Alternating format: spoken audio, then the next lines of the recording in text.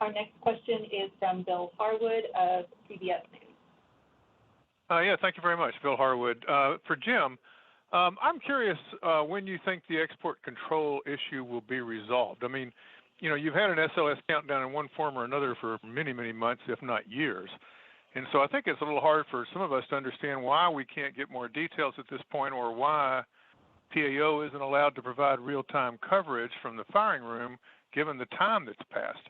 I mean, just as a point of reference, NASA used to hand out shuttle countdown bar charts before each flight, and it's pretty hard to understand why one was okay and this one isn't, especially given it's the same engines and essentially the same cryo system. So I'm just curious when this might get resolved, because it's hard for us to understand. Thanks.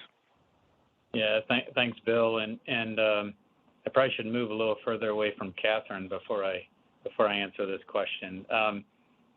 Certainly, we've heard your and others' concerns about the launch count and what we can share.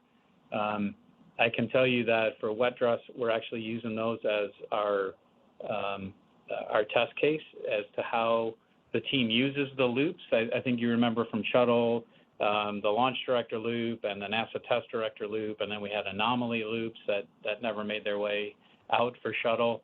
So we're trying to use wet dress to say, first of all, we need to get further into the count than we've been able to get thus far to understand everything that comes across the loops.